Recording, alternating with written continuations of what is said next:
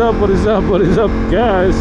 Welcome back to our channel. Welcome back to another video. And welcome back to Las Vegas. Napalik na tayo dito sa Vegas. Today is Sunday. Time check, it's 10:48 AM. So dumating tayo dito Thursday afternoon. Tapos wala tayong ginawa kundi magtulog. Babawi tayo ng tulog kasi siyempre jet lag. Pero ngayon is Sunday. Tomorrow, first day back to work. So naghanap tayo ng ride today. And meron namang magra-ride today. Di ba siya madalas masyadong makita sa mga vlogs natin dito sa Vegas. Pero nakasama natin siya sa California trip natin. So si RJ, naka Multistrada Pikes Peak. Kasama natin siya today. I-meet natin siya dito sa may Blue Diamond and Buffalo Starbucks. So I think si Kuya Pat kasama rin, kung di ko nagkakamali. Usapan 10:30 meet up, KSU ng 11. Pero on time pa rin naman tayo, wala pa namang 11 o'clock. Ferrari, hell yeah. So yun, back on the bike again. It feels good to be back. Na-miss natin to si Multi. May mga pasok kasi si Mr. Sarap tsaka si Mike Womack. Si Kuya JR naman ay nasa Japan ngayon. So Kuya JR, enjoy kayo sa biyahe nyo. Nag-aabot kami ng Thursday, Friday biyahe na sila. So ikaw naman ang mag-enjoy dyan. Kaya naman ang family mo mag-enjoy dyan sa Pilipinas. Pero yun nga, balik tayo kay Multistrada Gaming. Hindi ko alam kung saan yung pupuntahan namin pero pinuntahan nila yun last week.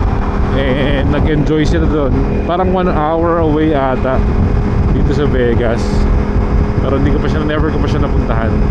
Medyo iba yung feeling ng Multistrada ni Tito William dyan sa Pilipinas eh.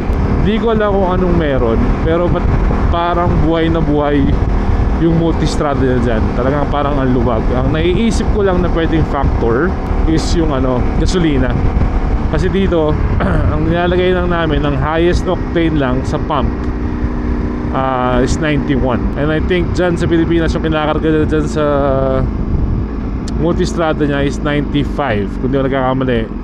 V-Power ata ng 95 yun kung di ako nagkakamali. So iba yung feeling, iba yung liksi nung Multistrada niya nung naman. Sabi ko nga sa kanya, sabi ko parang buhay na buhay yung multi mo. Yung feeling nung Multistrada mo parang talagang alive na alive. Dito matulin siya, pero iba yun pag na-ride mo yung Multistrada sa Pilipinas. Iba yung damba eh. Iba yung feeling. So I think gasolina yung nagme-make ng difference. Pero nonetheless, sarap rin naman siyang gamitin.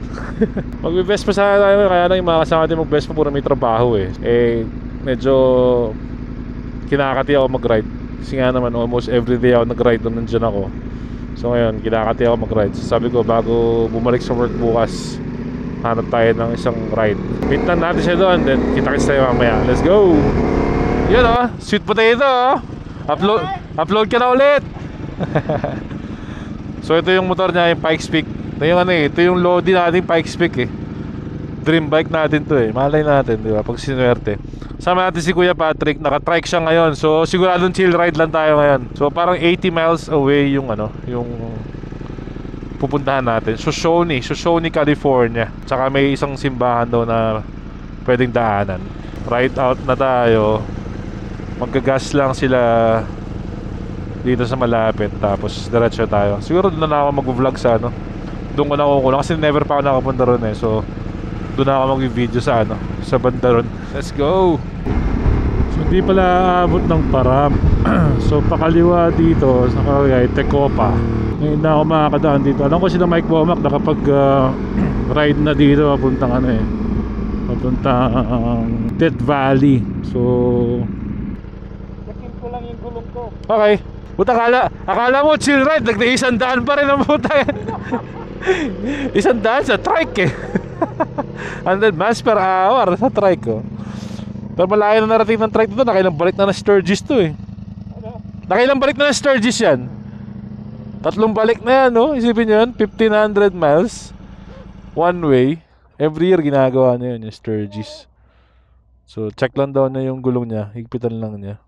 Parang pang kotse talaga eh. May dala siyang tawag doon, tire wrench.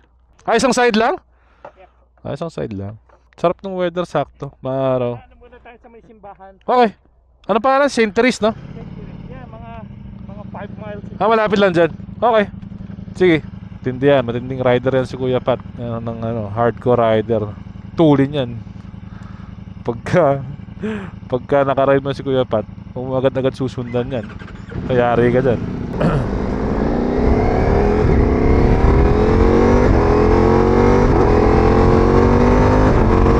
Kala mo chill ride si Kuya Pat kasi nakatrike eh. Buto nag-iisang daan pa rin. Alam ko ito rin yung papuntang Death Valley eh. Ano ko ginawa nila Mike Pomac dati doon, hindi ako kasama. Pero naka, ano pa siya doon, naka FZ07 pa si Pomac. Hindi ko tinatawa, papuntang Death Valley, labas ng 15. So, ako first time ko dito sa route na to. May konting twisties din daw dito mamaya eh. So, pero ngayon may dadaanan tayong isang simbahan.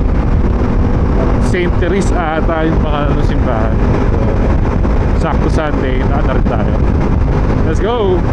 Haba na doon, diretso. Wala lang silang kardo eh. Si RJ naka-Sena. Alam ko pwede mag-connect, di ko lang alam kung paano i-connect. Di ko napag-aralan. Kaya Patrick, wala naman siyang dalang wala siyang dalang comms ngayon. Yung pupuntahan namin, part na siya ng California. So first time ko rin yan talaga pupunta ka. Chill ride lang, first timer. Pogi ng Pikes Peak ah. Ang ano kasi yan, ang advantage ng Pikes Peak sa road, 17 ang harap, ito 19 yung harap. I mean, lumitig ko naman tong bike ko, kaya naman problema lang. Kung magta-truck ka, I think Pikes Peak good dyan. Truck and road. Ito ng multi, kung may mga adventure rider ka talaga na, you know, nag-off-road ng konti, ito the best. Pero ako wala akong complaint dito ngayon. Napupugian lang ako sa Pikes Peak talaga. Yun, St. Therese Mission. Visitors welcome. Ang ganda simbahan. Okay ito ah. Sabi ni Kuya Pat, mga Pilipino rin daw yung nagsisimba dito. Yun off-road Okay simbahan dito ah. Yun yung masarap pagka nakaka-ride ka minsan ng Sunday. Yung mga kasama mo, may mga napupuntahan na hindi mo napupuntahan. Off-road gaming.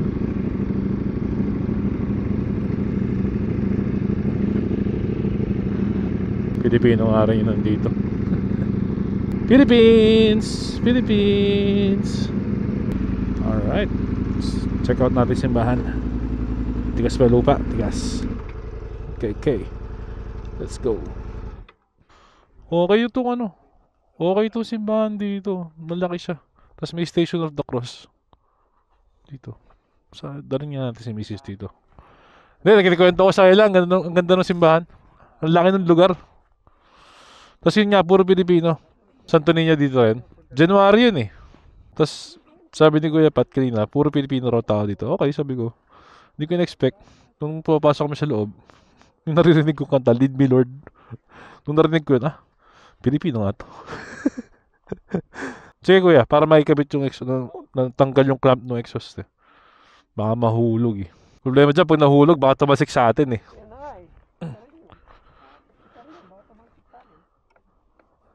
Pasok na lang. Clamp lang naman eh. Napa-off-road.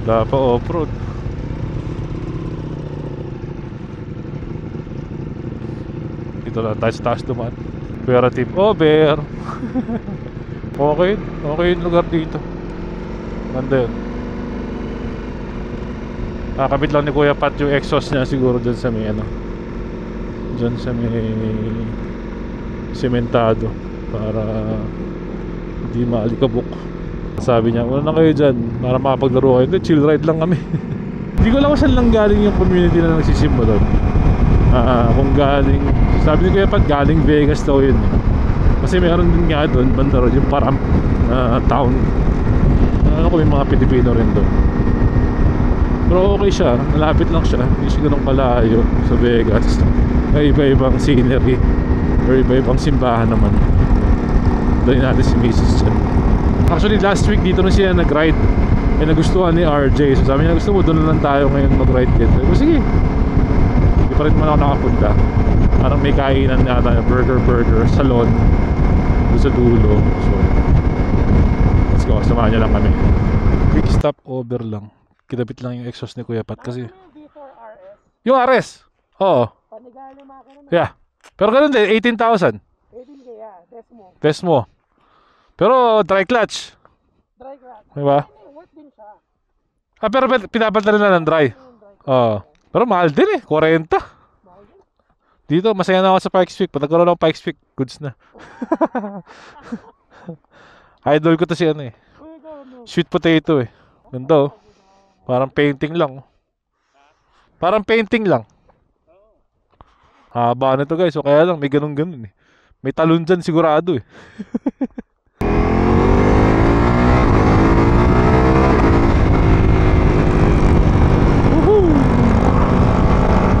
So I'm guessing ito yung pinaka twisties na nadaanan namin kasi papasok na ng bundok to.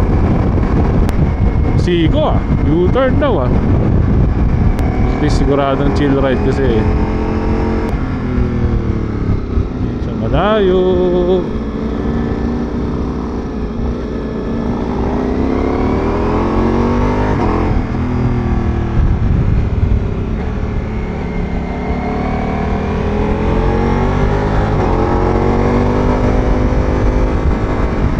Sino sabing chill ride si Kuya Pat kahit naka-trike?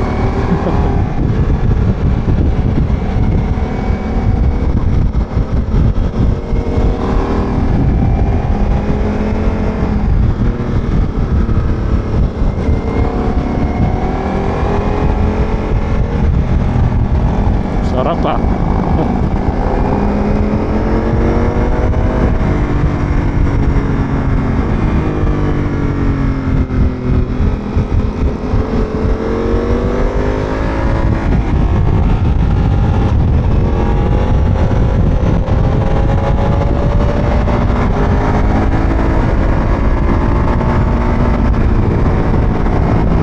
Naka-trike na yan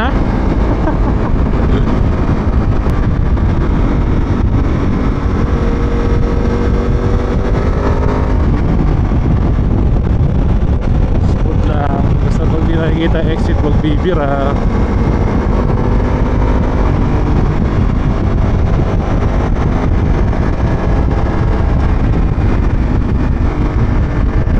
Mini twisties.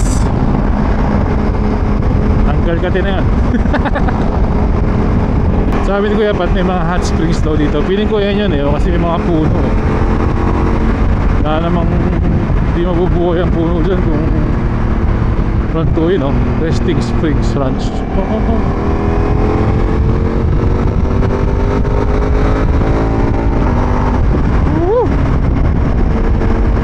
Okay dito nadali natin sila police, nadali natin sila Mike Bomac tsaka Mr. Sarap dito tsaka sila Mrs. Hindi ganun kalayong ride to. Okay, isang Sunday, misa muna, simba, tapos diretso dito. Relax ang ride. Kung naka-GS to si Kuya Pat, wala na, nandun na kami kanina pa. Pero kita niya naman siya, twisties kanina kahit naka-trike. Hindi talaga yan, marindi yan. Delights Hot Springs. May maliit na tao na dito.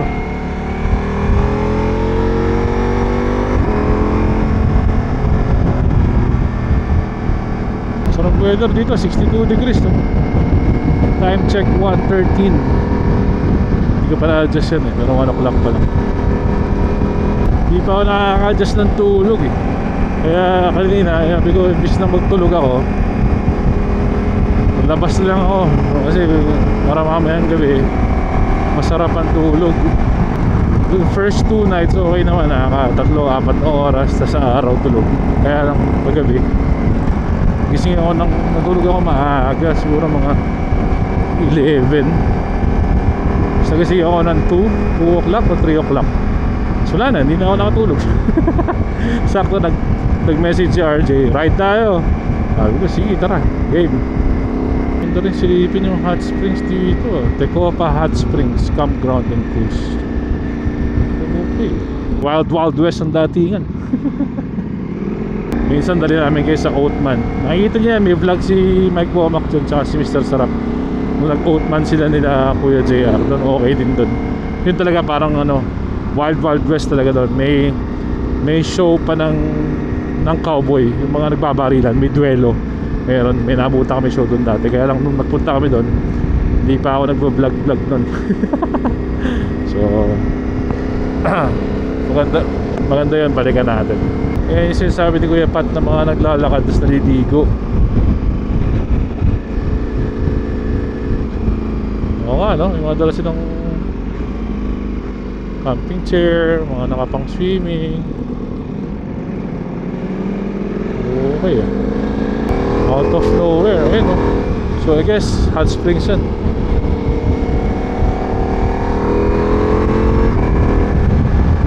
BSR, pag pumunta ka dito, daling ka namin dito. O kahit sino sa inyo, alam ko si BSR ata ang pinaka maaaring mauna na pumasyal dito sa Vegas eh. So abangan natin yan, antabayan natin si BSR dito sa Las Vegas. Kapag bro, pagdating mo dito, birthday mo pa rin. So feeling ko nandito na kami sa Shoshone kasi kanina parang 5 miles na lang yun. Bilis ng truck ha. Nalabas lang. Crowbar dito, nakita ko na to last week dito siya nagpunta. Alright, we made it to Shoshone Crowbar Salon. So I guess dito kami kakain. Lunch muna tayo, gutom na. Nakita mo si Kuya Bat? Bumabanking sa trike. Oo na ko. Puta. Puta mo nag-overshoot ako. Muntikan na. Okay lang. Di naman halata. Di halata. Di halata. Umangat yung gulong.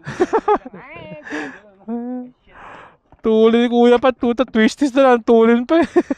Sa trike pa yan ha. Ganda dito ha. Small town. Welcome to California. California na to, di ba? Oh, ay, Shoshone. Shoshone ba? Shoshone, California. Magkano ka sa $5, 96 yung 91, puta $6 yung gas. Bagay, kung kailangan mo mag-gas dito, wala ka naman choice. Lunchtime, burger. Sorry, it's just because she won't eat it. She's gonna coat it. Yan si Kuya Pato, naka-trike yan pero bumabank. Get over here. I'm so sorry. Si Bro RJ. Lay down right now. Nag-overshoot ka ako siya, hindi. So ito yung kainan, puro burger. Thank you. Okay, nakakain na. Pwede nang sumibat. Okay dito, malinis yung banyo kaya pwede na rin yung mga OBR dito. Sobrang liit na town lang. Ayun o, may lumang gas station. May lumang Chevy pa to. Sa kano tayo pumasok yan. Oo. May kasama tayo. So ito yung trike ni Kuya Pat na bumabanking oh. Tindi niyan. Harley. Kasi ito yung ating multistrada. Ito yung Pikes Peak ni Brother RJ. Punta ka ng Pikes Peak oh. Nakakaidlap pag nakikita mo oh. Bro, upload ka na. Nagba-vlog din yan eh. Tuwigil lang kaka-upload to eh. Kailangan kitang hawakan para sumikat. Hindi. Sumipag akong Sumipag. Tsaka sumikat na rin ako. Vlog lang. Alright, let's try na tayo pa uwi. Quick na lang, brunch. Tapos uwi na. Let's go. Alright, uwi na. Okay yung ride na yun. Malimikti lang, hindi ganun kalayo. So mga 80 miles away from Vegas. May isa pang daan dito kaya lang sabi niya ma-traffic. Saka boring, mas okay daw yung daan dito. So, same route lang tayo pabalik. Tapos mamaya pa uwi ng bahay. I think sa Red Rock na tayo dumaan. Okay din yung burger na kinain namin doon kanina. Sarap naman. Saka walang masyadong traffic talaga. Kalmado ride. Kasi naka-trike si Kuya Pate. Kung naka-GS yan, wala na. Maglalaro yan. Kakayaan na ng track day sa March. End of March. So baka ipasok ni RJ yung Pikes Peak na sa track day. Kasi itong multi natin, si Mr. Sarap, di ko alam kung anong gagamitin motor. Pag walang wala yung multi, pero tignan natin, abang-abangan natin kung anong gagamitin yung motor sa track. So, end of March yun. So magagamit na natin yung binudol natin ng sarili nating suit dyan. Kailangan ni truck, sayang yung biniling suit. Kaya ito na ulit yung papasok ng twisties. Panoorin si Kuya Pat. Butan para sa trike, hindi ko kaya yan.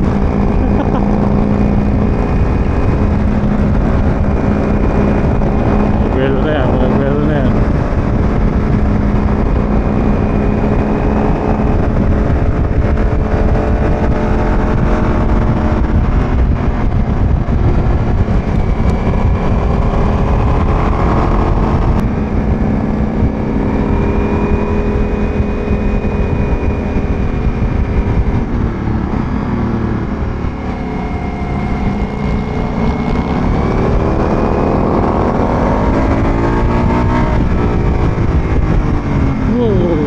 Bundag pala doon. So, yun.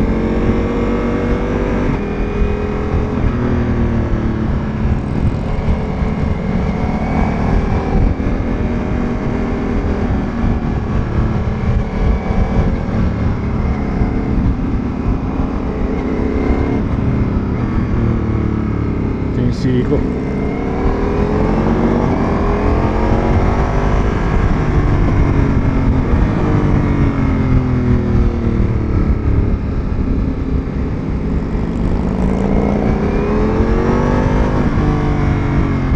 Hairpin.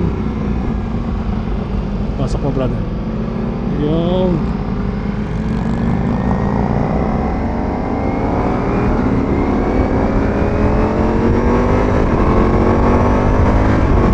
sarap. Short lang talaga, pangiliti lang siya, no? Tapos may BT na after na. Ganda lang ng ano, no? Ganda ng view. Open road. Ayos din. Kaya nga tinanong ako ni RJ, sabi niya, mas gusto mo nag-ride dito o gusto mo Pilipinas? Alam ko, for some reason, mas gusto ko nag-ride sa Pilipinas. Siguro dahil sobrang sanay na ako mag-ride dito. Iba rin yung mag-ride sa Pilipinas din. Sabi ko nga sa mga pinsan ko, doesn't matter kung anong klaseng motor yan, kung saan yan pupunta, the best yan yung mga kasama mo. Diba? Pagka okay yung mga kasama mo sa ride, kahit malapit yan, malayo, diba? Low displacement, 1000cc scooter, pag okay yung mga kasama mo sa ride, masaya yan, diba? Yan talaga yan eh.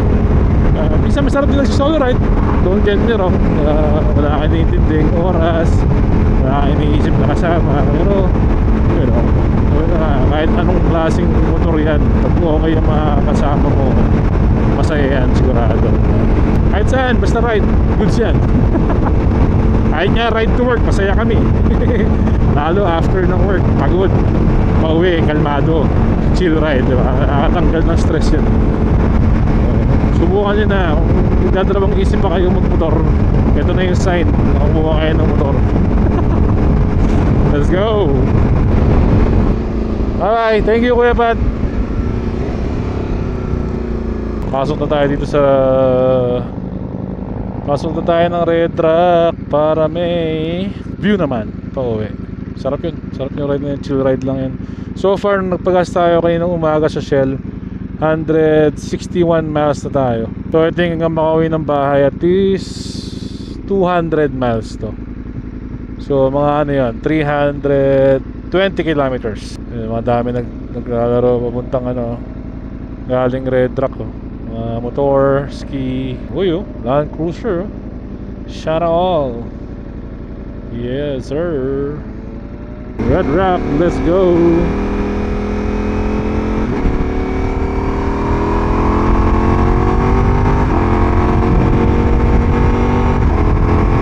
May view pa naman kayo makikita dito sa red truck. Ilaw yung gas ko, yung baterya daw nung multi, mababa na yung susi. Mileage check 13,546 miles. Chill ride lang, chill ride. enjoy natin ang view. Pero lumubog na kasi yung araw dito sa kabila, kaya parang sikat siya. Maganda pa rin, no? Para pa rin siyang painting. Open Sesame.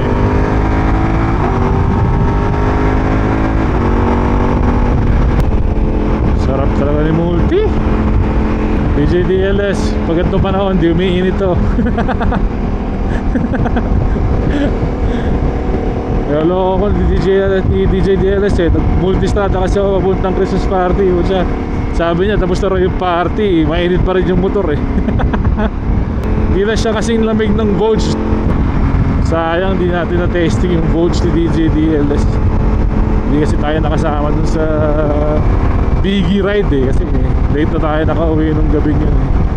Na-testing ko sana yung pinakamagandang Vogue sa balat ng lupa.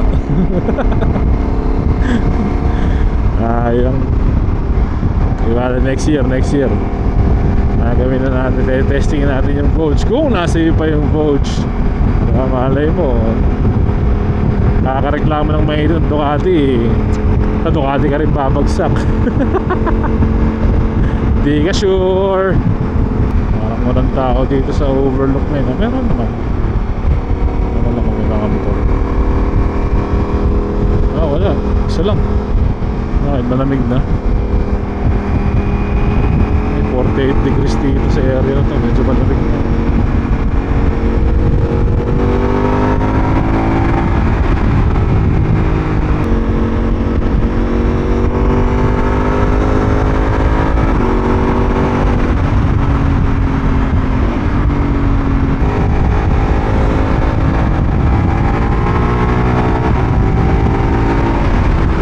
Sarap!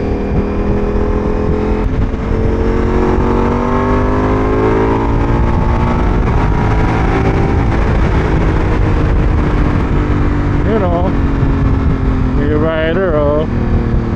Ang bike to R92 eh. Oo, nasa gilid ang makina eh. Chill ride lang din siya eh.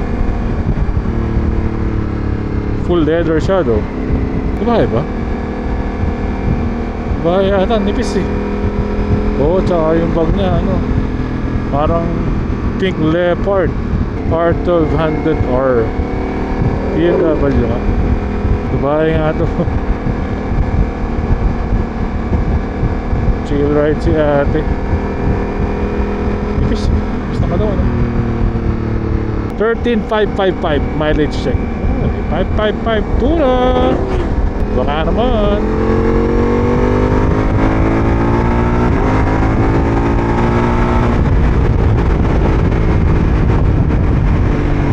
Parang gas. Bakbak pa ng bakbak.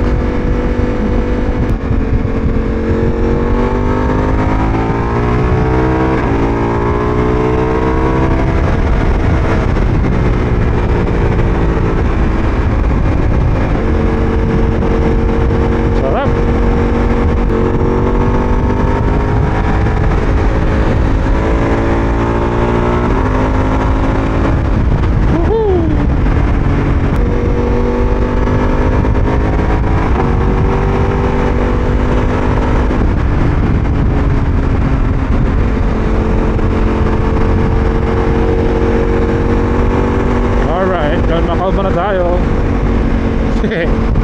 Let's go. Gas na tayo, baka di tayo mabot ng bahay. Hindi best spot na madaling itulak. 9 miles na lang daw eh. Pero ano pa yan, mga 15 pa yan. Pero huwag na nating isugal. Mag-gas na lang tayo. Pero yun nga, naka 176 miles na ako mula nung nag-gas ako malapit sa bahay. 200 miles to ang buong biyahe. Sarap ni Multi. Kailangan ko na itong palitan ng gulong soon. Kung magta-track day ako ng March, dapat by March napalitan na ito ng gulong beginning of March para ma-break in mo pa yung mas-scrub pa yung goma. Si RJ meron din panigali yun. Pero nung sabi ko na magmumulti ako, sabi niya sige, pasok ko na rin yung Pikes Peak. Gas na lang tayo dito sa Chevron. Zero natin milyahe. So 176 tayo nagpagas. Tingnan natin kung ilang miles hanggang bahay. Feeling ko kutob ko mga ano to, 20 to 25 miles sa bahay. Ayun, no? 19.3 miles malapit tayo sa bahay. So sakto nga mga 20 miles. So total tayo ng 996.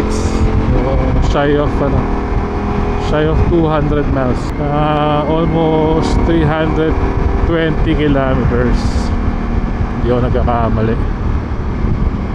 Pero yun, malapit tayo sa bahay. Maraming salamat. Shout out kay Kuya Pat and kay Brother RJ, the Sweet Potato Vlog. Naka-ride din. Sakto-sakto bago trabaho bukas, nakapag-ride. So ang ating upload, di ko alam kung ganun pa rin kadalas, pero susubukan natin ang ating best para makapag-upload ng madalas pa rin. Siyempre may trabaho na tayo, hindi na tayo panay ride lang, pero subukan natin. Again, sa mga bago sa ating channel, maraming salamat sa pag-subscribe. Welcome to our channel. Kung kakapasok nyo lang sa channel ko, dito talaga tayo naka-base sa Las Vegas. Nagbakasyon lang tayo nitong December dyan sa Pilipinas, kaya yung mga uploads natin is dyan sa Pilipinas. Pero ngayon, back to regular programming, balik tayo ng Vegas. Pero welcome sa ating channel, salamat. Pasalan nyo yung mga dating videos natin, may mga playlist tayo dyan. Alright?